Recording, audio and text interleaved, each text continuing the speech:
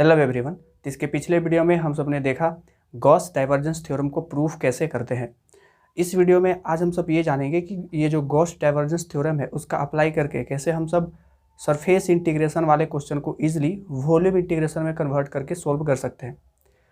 कभी कभी ऐसा होता है कि जो सरफेस इंटीग्रेशन होता है वो क्वेश्चन बहुत ही मतलब जब उसको हम लोग सरफेस इंटीग्रेशन के जो भी मेथड पढ़े हैं उससे सोल्व करने से वो बहुत लॉन्ग हो जाता है, बहुत मतलब थोड़ा सा टफ होता है। लेकिन जो गॉस डाइवर्जेंस थ्योरम है ना, उसी क्वेश्चन को थोड़ा इजी कर देता है, तो उससे हेल्प से हम सब इजीली सॉल्व कर पाते हैं। तो इसको एक क्वेश्चन के थ्रू आइए समझते हैं। तो हमें एक क्वेश्चन गिवन है कि evaluate surface integration of F vector, और यहाँ पे किस सरफेस इवेलुएट करना है, तो एस सरफेस पे करना है, जो कि एस सरफेस गिवन है कि हमें ये जो x square plus y square is equal to 4 और ये जेड इज इक्वल टू 0 और जेड इज इक्वल टू 3, तो इन सरफेसेस से कोई एक क्लोज्ड सरफेस बाउंड होगा, उसी सरफेस पे हमें इस डबल इंटीग्रेशन को सोल्व करना है, सरफेस इंटीग्रेशन को, और वो वेक्टर भी गिवन है हमें। ठीक है, तो इसको कैसे सोल्व करेंगे, तो अगर हम इसको प्लॉट करना चाहें तो ये तो एक सर्कल की इक्वेशन है एक्स वाई एक्सिस पे, तो ये है सपोज करें ये वाई एक्सिस और ये एक्स एक्सिस, और ये जो हाइट होगा ये, और एक जेड इज इक्वल टू 3 दिया है, तो z is equal to 0 to z is equal to 3। Suppose करें कि ये पॉइंट है जेड इज इक्वल टू 3, तो ये हाइट को यहाँ तक बढ़ा देते हैं, मतलब ये एक सिलेंडर की इक्वेशन गिवन है, और इसी क्लोज्ड सिलेंडर में हमें क्या करना है इस सरफेस इंटीग्रेशन को इवेलुएट करना है। तो आप सब यहाँ पे देखो, तो जो सरफेस इंटीग्रेशन है मतलब कि ये क्लोज्ड सरफेस इंटीग्रेशन करना है एफ डॉट डी एस, यानी कि एफ वेक्टर डॉट, और डी एस वेक्टर को क्या लिख सकते हैं, उसको लिख सकते हैं n cap into d S.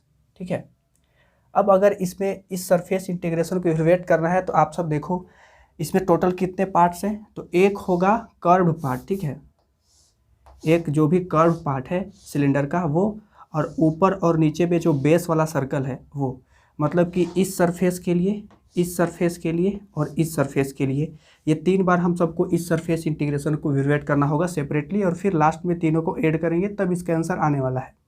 तो सपोज कर रहे हैं कि इसको बोल रहे हैं DS1, इसको बोल रहे हैं मतलब ये पहला सरफेस है, ये दूसरा सरफेस है और ये तीसरा सरफेस है। ठीक है, अब इन तीनों सरफेसेस के लिए हमें क्या करना है, इस डबल इंटीग्रेशन को इवेलुएट करना है। ठीक, अब तीनों को हम सब सोल्व करेंगे और इसको ऐड करेंगे। तो पहले हम सब किसके लिए सोल्व करते हैं, DS1 के लिए सोल्व करते हैं। तो हमें क्या चाहिए उसके लिए, अब ये जो सरफेस है इसका कुछ नॉर्मल वेक्टर होगा ना, और वो नॉर्मल वेक्टर कैसे निकालते हैं, तो वो नॉर्मल वेक्टर निकालते हैं उसका ग्रेडियंट। कौन सा, किसका ग्रेडियंट, तो ये जो सरफेसेस दे रखा है इसका सरफेस का इक्वेशन क्या है, ये है x square plus y square is equal to 4। आप सबको आई होप पता हो कि किसी भी सरफेसेस पे अगर हम सब ग्रेडियंट निकालते हैं ना तो वो उस सरफेस पे नॉर्मल वेक्टर को बताता है, लेकिन हमें नॉर्मल यूनिट वेक्टर चाहिए, तो जो नॉर्मल वेक्टर होगा उसको नीचे उसका मैग्नीट्यूड से डिवाइड करना होगा। ठीक है, और ये फाई हम सब इसको सपोज करते हैं कि phi is equal to given है x square plus y square minus 4, ऐसा। तो ये क्या हो जाएगा, ग्रेडियंट ऑफ फाई, अगर उसका हम ग्रेडियंट निकालेंगे तो वो होगा 2x आई कैप प्लस 2y जे कैप, और इसी का मैग्नीट्यूड मतलब कि 4x square plus 4y square. अगर इसको सॉल्व करेंगे तो 4 कॉमन होकर ऊपर से कैंसल आउट हो जाएगा, और ये आ जाएगा x I cap plus y J cap divided by, ये 4 बन के बाहर निकलता और वो 2 है तो ये हो जाएगा 2। ठीक है, तो ये आया n कैप। तो अगर हम इसको पहले सरफेस के लिए सोल्व कर रहे हैं, ठीक है, S1 के लिए, तो ये क्लोज्ड अब नहीं लगेगा क्योंकि पूरा क्लोज था, मतलब पूरा क्लोज्ड सरफेस के लिए था पहले। अभी हम सब किसी एक सरफेस पे कर रहे हैं, S1 सरफेस का, इसका जो कर्व्ड वाला पार्ट है उस पर। तो इसको क्या करना है, हमें डॉट प्रोडक्ट करना होगा एफ वेक्टर को और n कैप को। तो एफ वेक्टर क्या गिवन है, 4x आई कैप माइनस 2y स्क्वायर जे कैप प्लस जेड स्क्वायर के कैप, इसको डॉट प्रोडक्ट करना है एन कैप के साथ, और वो क्या है, वो है x i cap plus y j cap by 2, तो इसको हम यहाँ पे लिख देते हैं, और यहाँ पे इंटू डी एस। ठीक, अब अगर इसको हम डॉट प्रोडक्ट करें तो ये हो जाएगा 1/2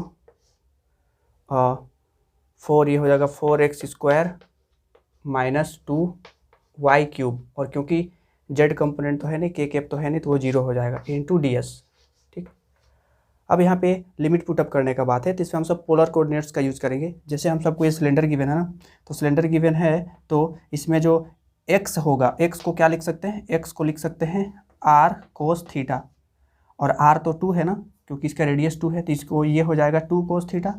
इसी तरह y को लिख सकते हैं 2 sin थीटा, और जो एरिया एलिमेंट है ds, इसको क्या लिख सकते हैं, इसको लिख सकते हैं 2 d theta into d z, ठीक है, क्योंकि जेड वेरी कर रहा है और थीटा वेरी कर रहा होगा।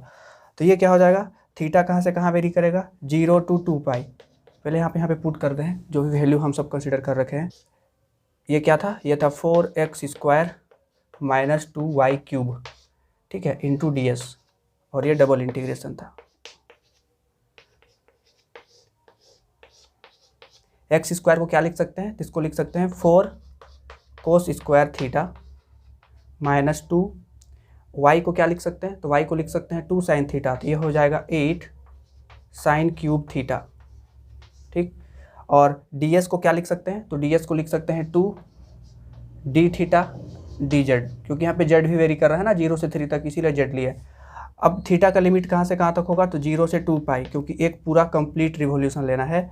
और जेड कहाँ से कहाँ वेरी कर रहा है, तो जेड 0 से 3 वेरी कर रहा है। देखो आप सब कि इसका लोअर जो पॉइंट है वो 0 है, और इसका अपर लिमिट क्या होगा, 3 होगा, क्योंकि यहाँ पे गिवन है जेड जो है जो 0 से 3 वेरी कर रहा है। अब इसको हम सब सोल्व करेंगे, तो ये पहला सरफेस का आएगा, ठीक है, ये हम सब S1 पे इवेलुएट कर रहे हैं। तो ये हो जाएगा 1/2 0 to 3, और अगर हम इसे थीटा के रिस्पेक्ट में इंटीग्रेट करें तो वो क्या होगा, वो होगा, इसको हम अलग अलग करते हैं, तो ये हो जाएगा 0 to 2 पाई, ये हो जाएगा 16 कोस square theta into D theta minus 0 to 2 pi 16 sine cube theta into D theta, ठीक है। और ये ओवरऑल क्या है 2, तो 2 से 2 यहाँ कैंसिल कर देते हैं, तो ये हो जाएगा डी जेड, ठीक। अब इसको इधर सोल्व करते हैं, तो आगे क्या होगा 0 to 3, और अगर हम इसे सोल्व करें तो ये कोस स्क्वायर थीटा है ना, तो इसको लिख सकते हैं 16 into 1 plus cos 2 theta by 2, ठीक। और ये हो जाएगा 0 to 2 pi into D theta minus, ये तो 0 हो जाएगा क्योंकि ऑड फंक्शन है ना, तो 0 से 2 पाई तक में ये पूरा 0 हो जाएगा, ठीक है। अगर इसको हम इंटीग्रेट करेंगे तो उसको हम नहीं लिखते हैं यहाँ पे, और सिंपली ये क्या हो जाएगा डी जेड। 16 को अगर हम बाहर निकालें, कांस्टेंट है 0 to 3, और इसका इंटीग्रेशन क्या होगा, तो इसका इंटीग्रेशन होगा theta plus sign 2 theta by 2, ठीक। और ये पूरा 2 बाहर था, तो ये 2 भी बाहर आ जाएगा, ये इंटू डी जेड, और इसका लिमिट है 0 से 2 पाई। अगर लिमिट पुटअप करें तो हो जाएगा 8 0 to 3 2 पाई, और अगर 2 पाई रखेंगे तो 0 हो जाएगा, तो 2 पाई इंटू डी जेड, तो ये आ रहा है 16 पाई 0 to 3 इंटू डी जेड, मतलब कि 16 पाई इंटू 3, मतलब कि 48 पाई, ठीक। और ध्यान रखें ये पहला वाला सरफेस के लिए है, अभी पूरा सोल्व नहीं हुआ है, ठीक है। तो S1 सरफेस के लिए ये इंटीग्रेशन क्या सोल्व होके आया 48 पाई। अभी सेकेंड और थर्ड के लिए भी करना बाकी है। तो जो सिलेंडर था जिसका सेकेंड सरफेस क्या कंसिडर किए थे, तो हम सब ने ये कर्व पार्ट वाला जो इंटीग्रेशन था वो हम सब फाइंड आउट कर चुके हैं, ये DS1, ठीक है, ये पहला सरफेस के लिए था, ये सब हम इवेलुएट कर चुके हैं। अब इसका लोअर पार्ट देखें आप सब, तो लोअर पार्ट क्या है, एक सर्कल है, इसका बेस सर्कल है, और इसका इक्वेशन क्या गिवन है, x square plus y square is equal to 4 और जेड इज इक्वल टू 0, क्योंकि लोअर पार्ट में जेड इज इक्वल टू 0 था। अब इसके लिए सोल्व करते हैं इस इंटीग्रेशन को, तो वो क्या होगा, हाँ, double integration over surface S2 f dot n के पर, एफ वेक्टर क्या है, एफ वेक्टर है, ठीक। और इसको डॉट प्रोडक्ट करना है किसके साथ, एन कैप के साथ, और इस पर जो एरिया वेक्टर होगा वो किधर होगा, नीचे की ओर होगा, इसका नॉर्मल वेक्टर, तो इस पर हो जाएगा माइनस के कैप, ठीक है, इंटू डी एस। और यहाँ पे जेड क्या है, जेड 0 है, तो अगर इसको हम आगे सोल्व करें तो ये हो जाएगा S2 सरफेस के लिए, अगर इसको डॉट प्रोडक्ट करेंगे तो ये हो जाएगा माइनस जेड स्क्वायर, ठीक है, इंटू डी एस।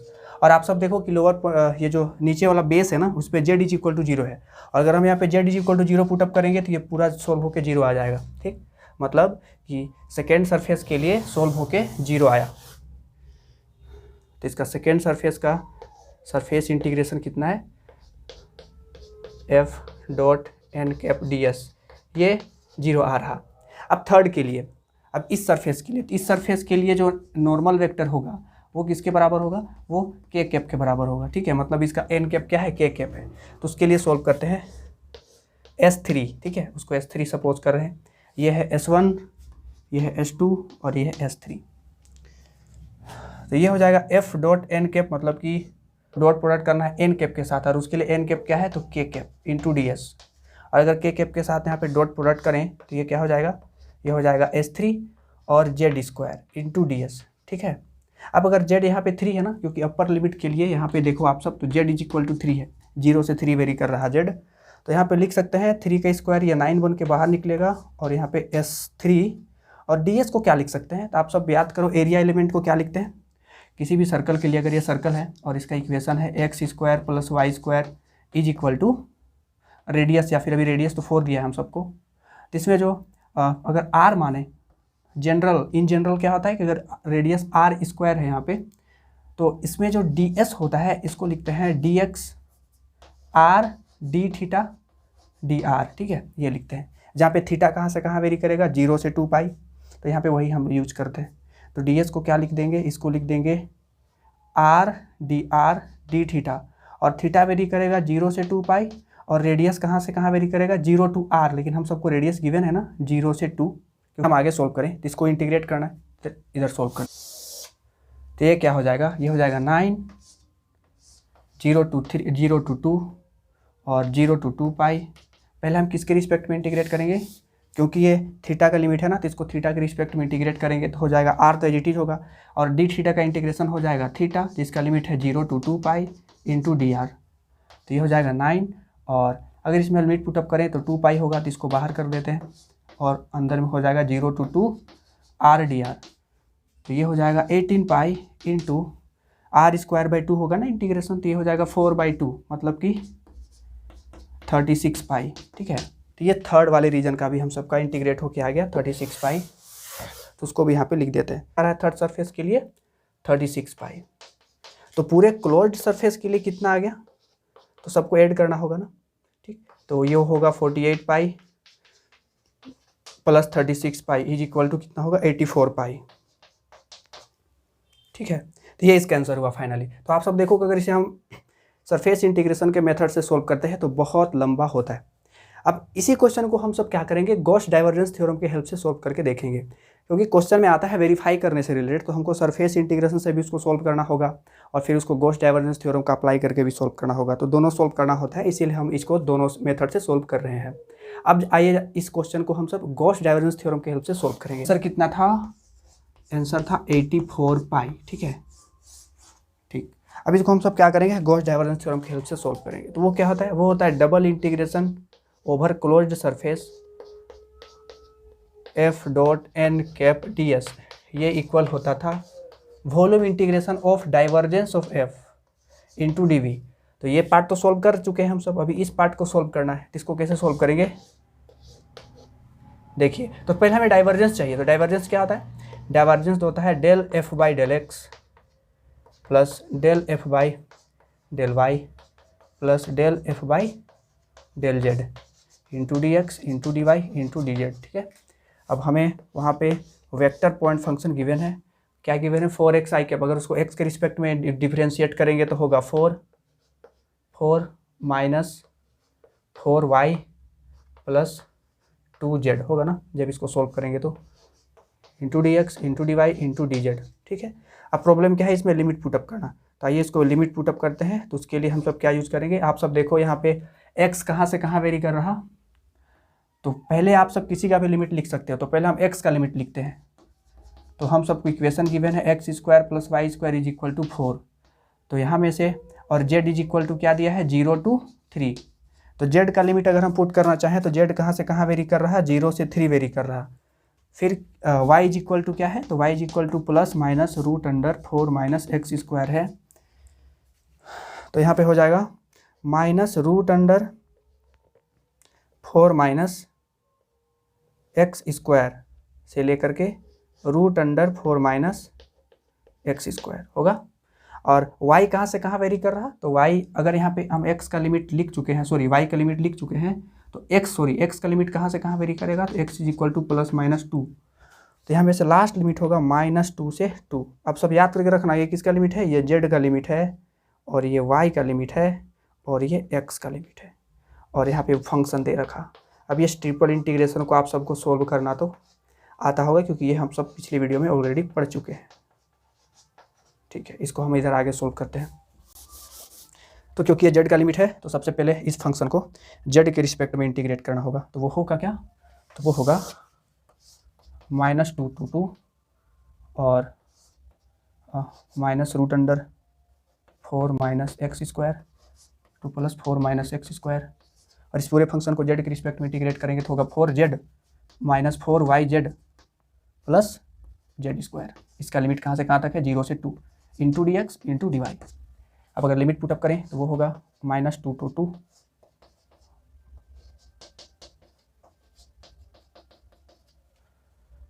तो हो जाएगा 4 × 2 = 8 -4, अच्छा 0 to 3 है ना, तो 4 3 यहाँ पे 3 होगा, sorry 4 3 = 12 -12y plus 9 into dx into dy। तो ये हो जाएगा -2 to 2 √4 minus x square to √4 minus x square, और यहाँ पे माइनस है। तो 12 और 9 कितना हो जाएगा, 21 -12y into dx into dy। और अगर इसे सोल्व करें तो ये y का लिमिट है, तो इसको पूरे को y के रिस्पेक्ट में इंटीग्रेट करना होगा। तो y के रिस्पेक्ट में इंटीग्रेट करना होगा, तो इसको लिख सकते हैं -2 to 2, और इसका इंटीग्रेशन क्या होगा, तो 21y माइनस 12y² / 2 होता ना, तो ये हो जाएगा 6y², ठीक, इंटू dy। क्योंकि ये किसका लिमिट था, ये y का लिमिट था, इसीलिए इसको y के रिस्पेक्ट में इंटीग्रेट किया। और लास्ट वाला लिमिट x का है ना, तो लास्ट वाला लिमिट बच जाएगा, सॉरी यहाँ पे क्या हो जाएगा, dx हो जाएगा, क्योंकि ये लास्ट वाला लिमिट x का है। अब इसको हम इधर सोल्व करते हैं।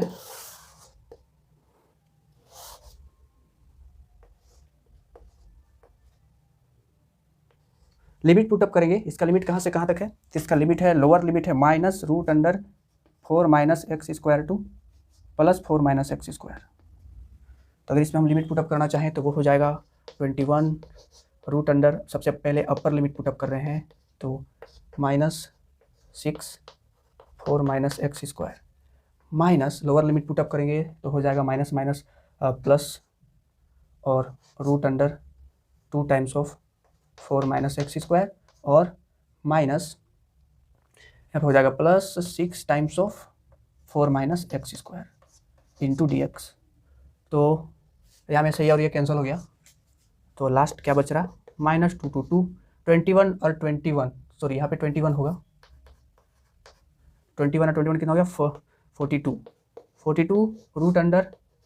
√4 माइनस एक्स स्क्वायर dx। और इसका इंटीग्रेशन क्या होता है, तो आई होप आप सबको पता हो इसका फॉर्मूला, तो वो होता है x इंटू दिस, ये होगा x √4 minus x square / 2 plus 4/2 sine inverse x/a होता है, मतलब कि x/4 हो जाएगा। और इसका लिमिट कहाँ से कहाँ तक होगा, -2 से 2 तक होगा, ठीक है।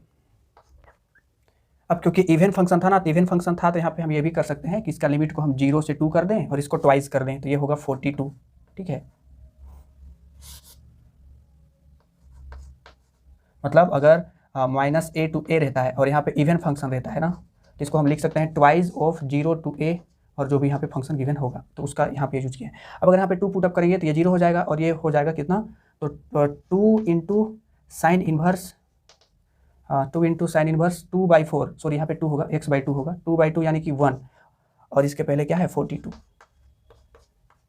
ये कितना होगा 42 इंटू 2 इंटू, और साइन इन्वर्स 1 कितना होता है, तो वो होगा π/2। ये 2 से 2 कैंसिल हो गया, तो कुछ यहाँ पे मिस्टेक हो रहा है, सॉरी यहाँ पे 42 नहीं होगा, अगर यहाँ पे 2 से हम मल्टीप्लाई किए हैं ना, तो 2 से मल्टीप्लाई किए हैं तो यहाँ पे 84 हो जाएगा, पहले ही 42 था, इसको 2 से मल्टीप्लाई करेंगे तो 84 होगा, तो यहाँ पे भी 84 हो जाएगा, ये हो जाएगा 84 और ये हो जाएगा 84, तो यहाँ में से आप सब देखो कि सोल्व होकर कितना आ रहा है, 84 पाई आ रहा है। तो देखें आप सब, इसका भी आंसर 84 आया और पहले मेथड से सोल्व किए थे उसमें भी 84 पाई आया आंसर। तो इस तरह से हम सब क्या करेंगे कि डबल इंटीग्रेशन वाले प्रॉब्लम को गॉस डाइवर्जेंस थ्योरम के हेल्प से इजीली कन्वर्ट करके वॉल्यूम इंटीग्रेशन में उसे सोल्व कर सकते हैं।